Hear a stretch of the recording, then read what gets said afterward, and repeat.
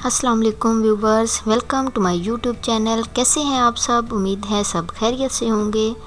तो आज मैं आपके लिए मज़ेदार धुआंधार ईद पे हर घर में बनने वाली बीफ कढ़ाई की रेसिपी लेकर हाजिर हुई हूँ। ये ईद स्पेशल रेसिपी इतनी स्पेशल है कि जो भी इसे खाएगा बनाने वाले की तारीफ़ ज़रूर करेगा। मज़े की बात यह है कि इसमें हम कोई भी एक्स्ट्रा चीज़ नहीं डालेंगे। वही इंग्रेडिएंट जो डेली रूटीन में हम हांडी के लिए इस्तेमाल करते हैं, उन्हीं से ही हम इस कढ़ाई को झटपट से तैयार कर लेंगे। तो चलिए इसको बनाना स्टार्ट करते हैं। सबसे पहले मैंने ली है एक बड़ी साइज़ की कढ़ाई, उसमें 1 कप के जितना ऑयल डालकर इसको अच्छे से गर्म करूँगी। ऑयल को गर्म करना बहुत ज़रूरी है ताकि इसमें बोटियाँ चिपके नहीं। अब ये मेरे पास है तकरीबन 1.5 किलो बीफ, जिसको मैंने अच्छे से धो लिया था और टोकरी में डालकर मैंने खुश्क कर लिया है। अब इसको इस गरम तेल में डालकर फ्राई करेंगे। इसको तकरीबन हम 10 से 15 मिनट तक फ्राई करेंगे ताकि गोश्त की जो एक अपनी स्मेल होती है वो निकल जाए। और इसको हम मीडियम टू लो फ्लेम पर फ्राई करेंगे। जब इसका कलर वाइट हो जाएगा, इट मीन कि ये अच्छे से भुन चुका है। नेक्स्ट प्रोसीजर हम इसके बाद करेंगे। अब मुझे फ्राई करते हुए हो गए हैं तकरीबन 12 से 13 मिनट, और देखें गोश्त कितना अच्छे से भुन चुका है। अब मैं इसमें डाल दूंगी 3 चम्मच अदरक और लहसुन का पेस्ट, और फिर करेंगे इसको फ्राई तकरीबन 2 से 3 मिनट के अदरक लहसुन की खुशबू आने लगे। जैसे ही अदरक लहसुन की खुशबू आने लगेगी, मैं इसमें डाल दूंगी 2 मीडियम साइज़ की बारीक चॉप की हुई प्याज। मोटी चॉप करके नहीं डालेंगे, बारीक फाइन चॉप करके डाली है मैंने।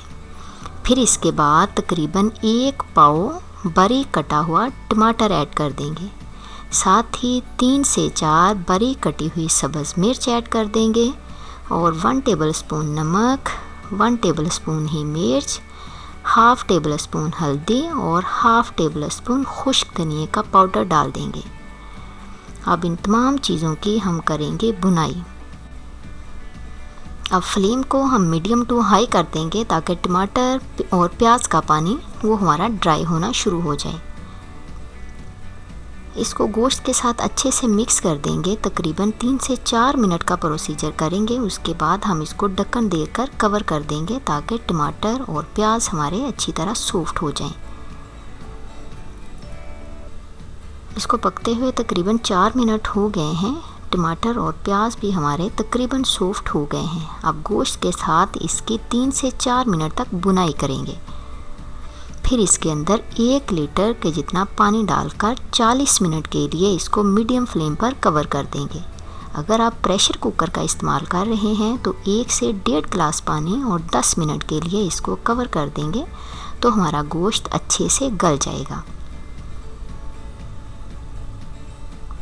अब 40 मिनट बाद हम इसको चेक करते हैं। देखें जी, इसकी लुक, प्याज, टमाटर, सब्ज़ मिर्च हमारी अच्छे से सॉफ्ट हो गई है और उसकी ग्रेवी तैयार हो गई है, और गोश्त भी देखें हमारा कितने अच्छे से गल चुका है।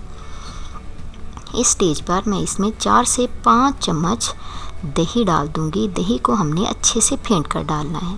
इसमें आप 1 पाव के जितना दही भी डाल सकते हैं, तो उसके लिए फिर आप 1 पाव के बजाय आधा पाव टमाटर कर दें और 1 पाव दही डाल दें। इससे टेस्ट बहुत अच्छा आएगा। अब इसमें हाफ़ टेबल स्पून कसूरी मेथी, हाफ़ टेबल स्पून ही मिक्स गरम मसाले का पाउडर और हाफ़ टी स्पून जितनी काली मिर्च मोटी मोटी पीस कर डाल देंगे। इसको मज़ीद हमने 30 से 40 सेकंड तक पकाना है। इससे ज़्यादा कुक नहीं करना, नहीं तो कढ़ाई का कलर हमारा काला हो जाएगा और दिखने में और खाने में, दिखने में इसका कलर खूबसूरत नहीं आएगा और खाने में थोड़ी थोड़ी कड़वाहट देना शुरू कर देगी। इसको जस्ट आपने 30 से 40 सेकंड तक पकाना है, और फिर इसके बाद आपने खूबसूरत सी डिश में निकाल कर इसको सर्व कर लेना है। इससे आप पुदीने की चटनी के साथ खाइए। पुदीने की चटनी की रेसिपी मैंने अपने चैनल पर दी हुई है, उसका लिंक भी मैं आपको डिस्क्रिप्शन में दे दूंगी। और फिर इसे पराठे के साथ, नान के साथ या सिंपल रोटी के साथ भी आप इसे सर्व कर सकते हैं। हमेशा की तरह वीडियो पसंद आए तो लाइक कीजिएगा, शेयर कीजिएगा, एक प्यारा सा कमेंट, अगर चैनल पर नए हैं तो सब्सक्राइब ज़रूर कीजिएगा।